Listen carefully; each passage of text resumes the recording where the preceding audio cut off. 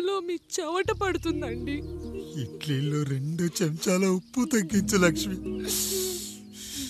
ఎలాగో మనం పేదోళ్ళమే కదా, కనీసం ఉప్పు ఖర్చైనా తగ్గుతుందనుకో.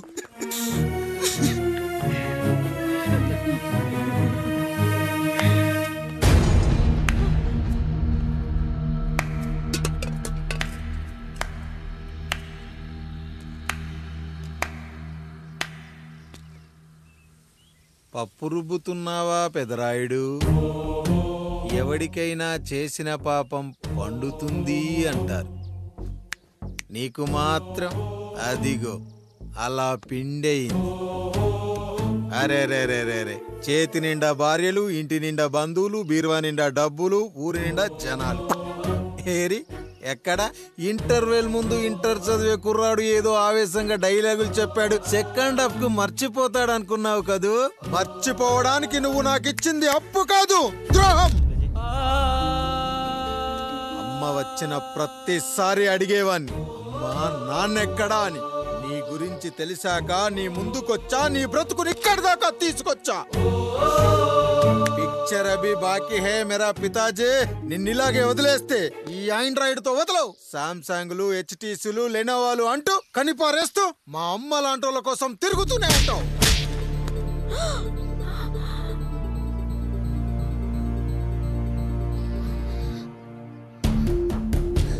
అమ్మా అమ్మా, ఛీ, నన్నలా పిలవకురా. ఎవరిని పట్టుకొని ఎన్ని మాటలు అంటున్నావురా? రాయికి వరమిచ్చిన రాముడు దేవుడైతే, ద్రౌపదికి చీరిచిన కృష్ణుడు దేవుడైతే, నాకు బిడ్డనిచ్చిన ఆయన కూడా దేవుడేరా. ఏంటి ఇలానే వదిలేస్తే బిడ్డల్ని కంటూ వెళ్తాడా? అసలు ఆయన కంటూ సొంతంగా ఒక్క బిడ్డ కూడా లేడురా.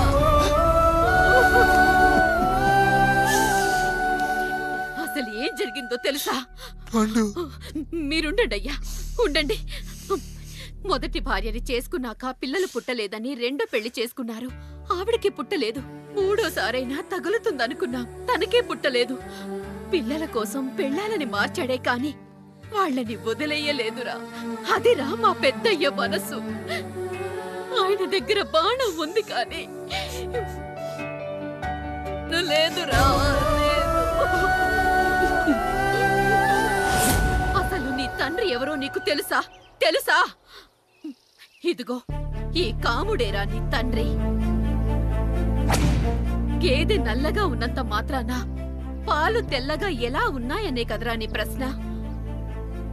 దానికి సమాధానం చెప్పాలంటే, ఒక వర్షం కురిసిన రాత్రి నేను 9వ నెల బాలింతగా ఉన్నప్పుడు.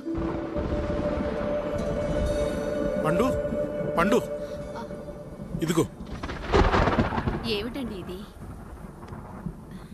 నిద్రలేస్తే నేను, బయటికెళ్తే గంటోడు, పక్కకెళ్తే పాలేరు, ఎప్పుడూ తిరిగే తాయారు.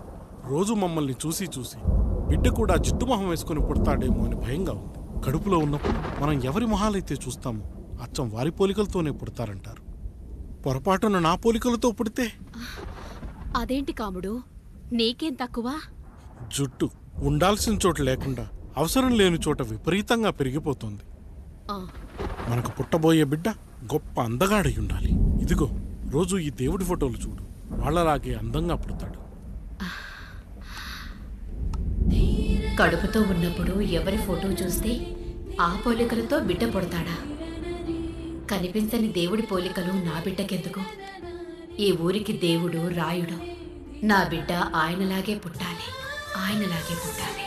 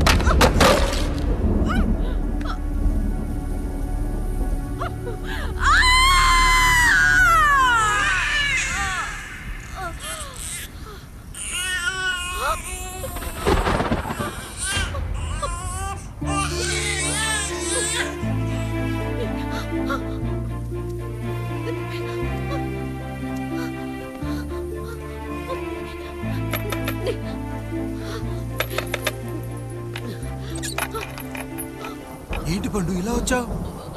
అయ్యా, తప్పు జరిగిపోయింది పెద్దయ్యా. ఏం జరిగింది? అసలే నువ్వు ఒట్టి మనిషి కూడా కాదు. ఒక్కసారి ఇటు చూడండి అయ్యా.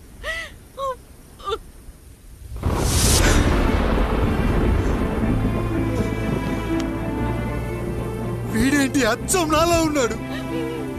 అసలేంటి, ఎందుకు ఇలా జరిగింది?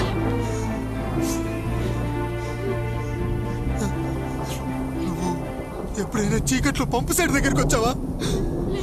మరి అమలాపురంలో శివాలయం దగ్గర రత్నాలు నీకేమైనా అమ్మవుతుందా? లేదు. పిఠాపురంలో పద్మ, రామాపురంలో లక్ష్మి, కాకినాడలో సుజాత.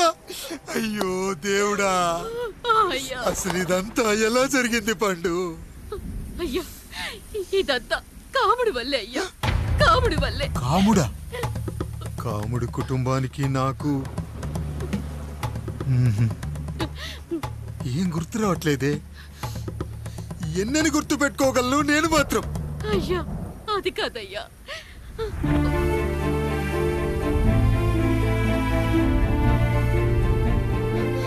అలా రోజు మీ ఫోటో చూసి చూసి అచ్చం మీలాగే పుట్టాడు. అయ్యో, నా పోలికతో బిడ్డ కావాలనుకోవడం ఏంటి పండు? నువ్విలా చేయడం ఏంటి పండు? పోలికల కోసం ఫోటోలు ఎందుకు చూసావు పండు? అందుకే కదయ్యా ముందు ఆ డైలాగ్ చెప్పాను, తప్పు జరిగిందని. ఇప్పుడు ఏం చెయ్యాలయ్యా? స్వచ్ఛమైన మన ప్రేమను ఈ పాడులోకం అర్థం చేసుకోదు. కనీసం మీ ఇద్దరి జీవితం బాగున్నా ఆనందపడేవాని. వీణ్ణి ఇక్కడ ఉంచొద్దు పండు, బయటికి పంపించు. బయటికి పంపించి బాగా చదివించు, గొప్పవాణ్ణి చెయ్యి. వీడికి అయ్యే ఖర్చంతా నేనే భరిస్తా.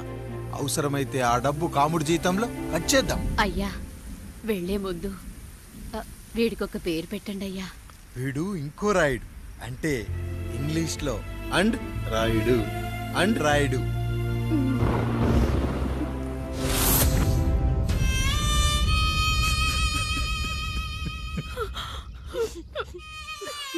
ఇదిరా నీ కథ, నా గతం. నిన్ను చదివించడం కోసం ఆయన మీ నాన్న జీతంలోంచి నెలకి 3,000, 4,000 కోసేసిచ్చేవారు. అప్పుడు ఆయన పడిన బాధ పగవాడు కూడా పడకూడదు. చూసావారా, దేవుడు లాంటి పెద్దయ్యని అనవసరంగా అనుమానించడం ఎంత పెద్ద తప్పు చేశావో అర్థమైందా? ఒకడు నిమ్మకాయ పెట్టి పసుపు వేసి ఉప్పు కలిపి పులిహోర చేయొచ్చు, కానీ ఆ పులిహోర ఎప్పటికీ దేవుడి ప్రసాదం. నువ్వు ఆ దేవుడి ప్రసాదం. ఇక ఆయనే మీ నాన్న. చూసావా అమ్మా, ఈ రోజు నుంచి నాకు 3 అమ్మలు, 2 నాన్నలు. నీకు మాత్రం ఒక్కడే భర్త, నాన్నకు మాత్రం ఒక్కటే భార్య. మా నాయనే. అయ్యా, బిడ్డను ఒక్కసారి ఎత్తుకొని తిప్పండి అయ్యా. బాబు, నాన్నా,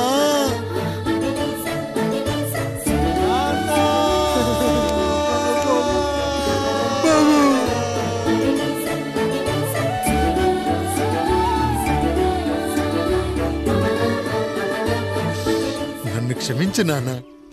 ఇప్పటికైనా నిజం అర్థం చేసుకున్నావు. అది నాకు చాలురా, చాలు. చాలదు నాన్న, నిన్ను ఏలెత్తి చూపిన జనంతో చెయ్యెత్తి దండం పెట్టించాలి. అన్నయ్య కంటే ఆస్తి ముఖ్యమనుకున్న మన కుటుంబానికి గుణపాఠం నేర్పించాలి. ఇక నాకు వదిలే నాన్న, నేను చూసుకుంటా.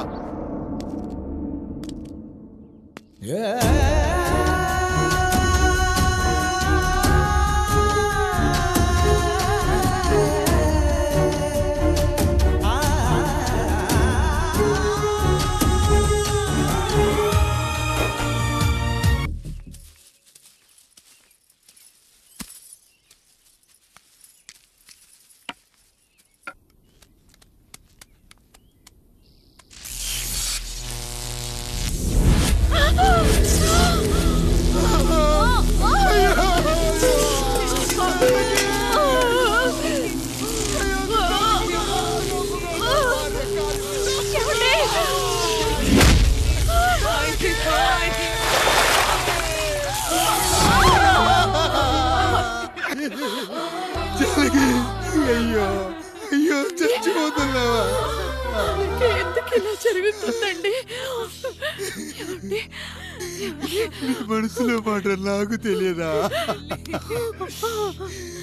నేను చచ్చిపోతున్నాను, మీరు ఇంకో పెళ్లి చేసుకోండి అని అంటావు కదా. అది కాదండి. అయ్యో మరి ఏంటి జానకి? హాస్పిటల్కి తీసుకెళ్ళండి. హాస్పిటల్.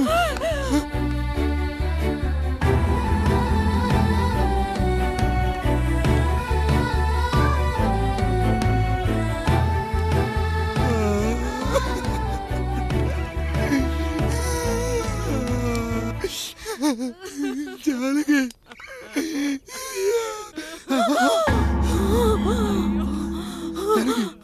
ఏమిటి? నేను వెళ్ళిపోతున్నాను.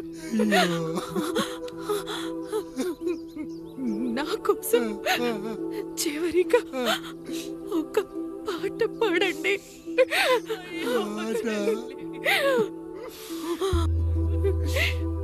ఎల్లరిని ఏదరికి చేర్చిన సంగ్రామం. వద్దండి. కష్టాల్లో కూడా మీరు కన్నీళ్ళు పెట్టకూడదండి. వెళ్ళే ముందు అక్కతో కలిసి ఒక మంచి ఊపున్న పాట పాడండి. పాట.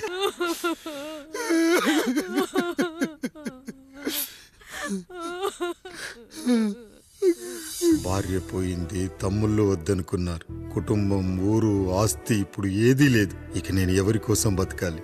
ఏ కరెంటు నా భార్యను పొట్టను పెట్టుకుందో అదే కరెంటు నా చావును కోరుకుంటుందో. నా చావుతో అయినా నా తమ్ముళ్ళు, నా జనం నన్ను అర్థం చేసుకోగలిగితే చాలు. ఉంటాను రా, ఉంటాను.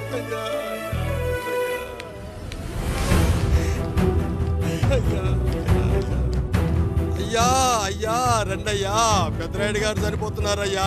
రండయ్యా, మీరన్న వచ్చి ఆపండి అయ్యా. అయ్యా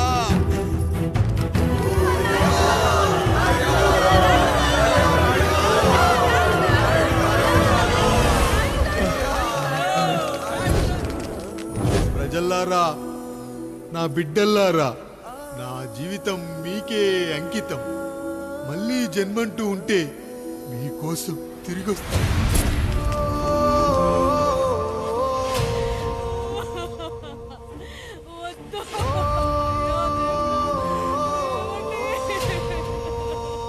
వద్దయ్యా, వద్దు, వద్దయ్యా, వద్దన్నయ్యా.